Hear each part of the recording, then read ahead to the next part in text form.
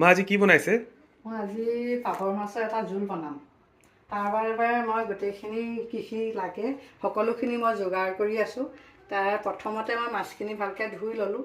ধুই হালধি, নিমখ আৰু অকণমান মিঠাতেল দি আধা ঘণ্টা মই ঢাকি থ'লোঁ।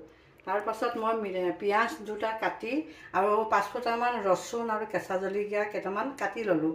কাটি অলপ বিলাহী সৰু সৰুকৈ কাটি ল'লোঁ। দুটামান বিলাহী মই সৰু সৰুকৈ কাটি ল'লোঁ। তাৰপিছত জিৰা আৰু কালজিৰা, অলপ হালধি আৰু পুষ্টক এইখিনি মই যোগাৰ কৰি ল'লোঁ। তাৰপাছত মই এতিয়া তেলত কি দিম প্ৰথমতে আপোনালোকক দেখুৱাই যাম। ফাৰ্ষ্টতে এইটো মই প্ৰথম কালজিৰা আৰু কেঁচা জলকীয়া দি মই প্ৰথমে আৰম্ভ কৰোঁ। গেছটো জ্বলাই লৈছোঁ, ষ্টভটো জ্বলাই লৈছোঁ। প্ৰথম মই মিঠাতেল দি লৈছোঁ। মই তেলখিনি দিলোঁ। দিয়াৰ পিছত এতিয়া মই অকণমান নিমখ দি চাইছোঁ তেলখিনি গৰম হৈছে নাই।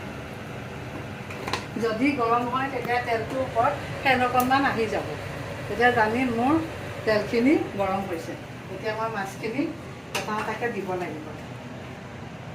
মাছ বেছি গৰম কৰিব নালাগে, অকণমান যে হালকাকৈ কৰিব লাগিব। হালকাকৈ কৰিব লাগিব আৰু মাছটো দিয়ে লগে লগে লৰাব লাগে, উঠিয়ে দিব লাগে। এনেকৈ মাছটো এৰাই যোৱা চান্স থাকে। বিশেষকৈ মানুহ চাবৰ মাছটো দিলেও মানে অকণমান কোমলটো অকণমান হালকাকৈ ফ্ৰাই কৰিব লাগে, বেছি চুবও নালাগে, বেছি মানে গৰম কৰিব নালাগে। মানে হালকাকৈ টান কৰিব লাগে। যিহেতু এইটো এটা জোল হ'ব আৰু মোৰ দুখন লাগিবই এটা, এখনে আনিলে মানে ইয়াত ভজাৰ চান্স থাকে। প্ৰথমতে আকৌ মই অলপ মিঠাতেল দি দিছোঁ।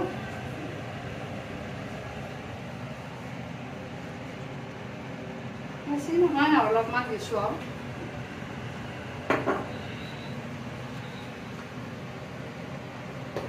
তাৰপাছত মই অকণমান কালজিৰা দিছোঁ।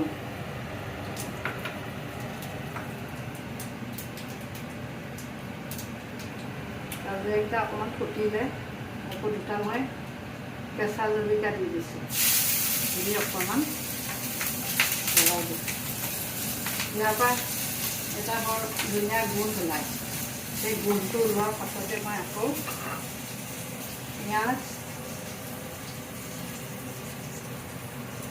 পিঁয়াজখিনি দি দিলোঁ।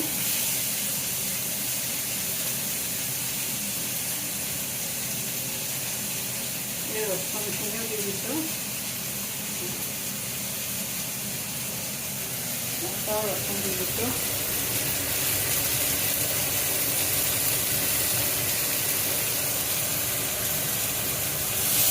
দি দিছোঁ।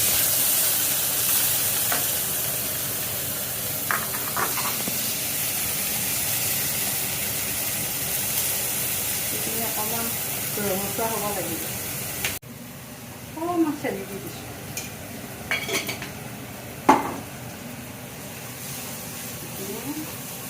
ভাজি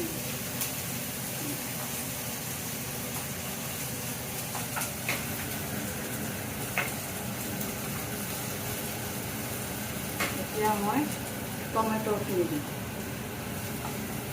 পিঁয়াজখিনি অকণমান ৰঙচুৱা হ'লেকে ভাজি থাকিব লাগিব।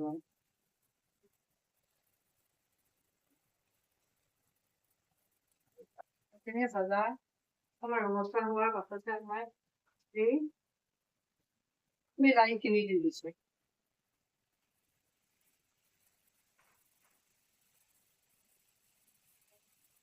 বিলাহীখিনি গলিবৰ কাৰণে অকণমান নিমখ দিব লাগিব।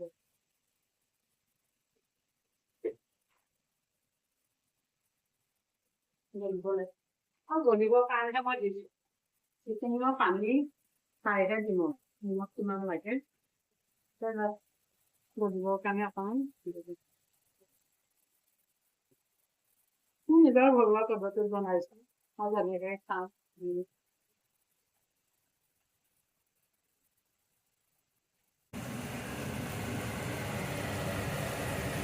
3 মিনিটমান থাকি দিছোঁ। বিলাহীটো গলিলেই মই মানে মছলাখিনি দিব লাগে। এতিয়া মই আকৌ এই বিলাহীখিনি ৰচুন আদা পিঁয়াজ ৰচুন সকলোখিনি মোৰ এতিয়া গলিলে। গলাৰ পাছত এতিয়া অকণমান মই হালধি দিলোঁ। চৰি কিন্তু হালধি আদা নিদিয়ে কিন্তু দেই, মোৰ মুখত ওলাই গৈছে। হালধি দিলোঁ, এতিয়া অকণমান জিৰা পাউডাৰ দি দিলোঁ।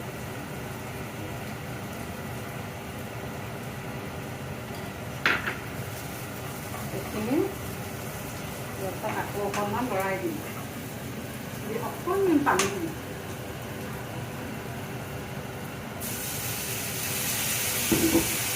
অকণমান পানী দিম।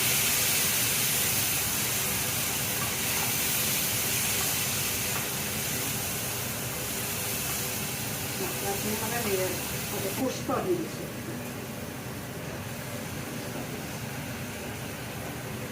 অকণমান পানী দিছোঁ, মাছটো তেনেকৈ কৰিম।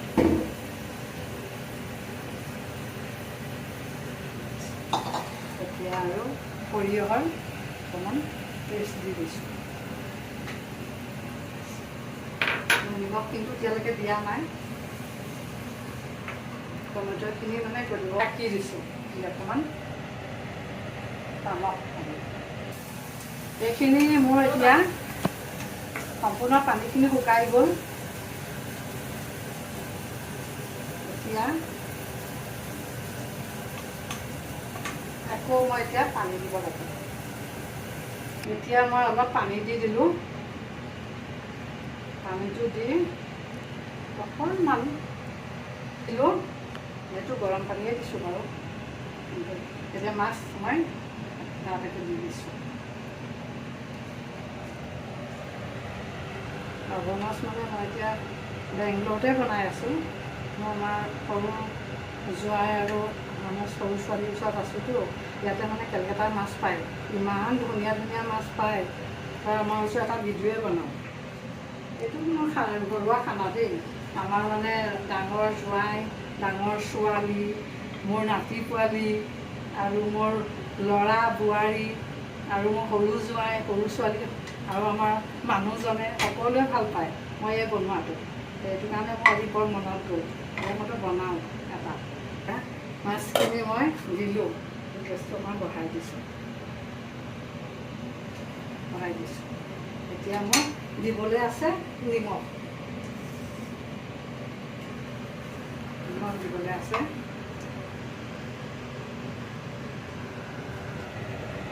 অকণমান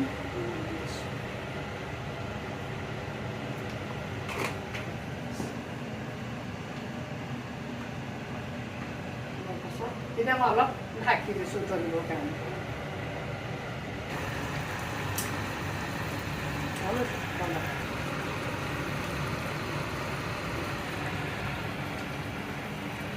এতিয়া মোৰ মাছখিনি হ'ব হৈছে। লাষ্টত এতিয়া মই খোৱাৰ আগে আগে নমাবৰ অকণমান আগে আগে মই ধনিয়া পাত অলপ দি দিছোঁ। ধনিয়া পাত দি দিছোঁ অকণমান দি, দুটা কেঁচা জলকীয়া দিছোঁ।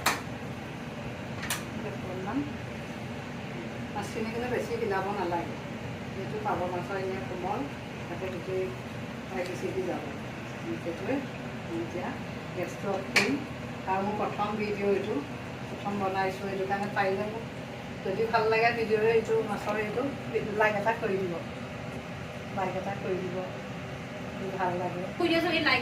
এতিয়া মোৰ মাছৰ তৰকাৰী হৈ গৈছে। এতিয়া মই গেছ অফ কৰিম আৰু থাকি চাওঁ। যদি মোৰ ভিডিঅ'টো ভাল লাগিছে তেতিয়াহ'লে লাইক এটা কৰি দিব। কাকু কেনেকুৱা হৈছে? বহুত ভাল হৈছে মা।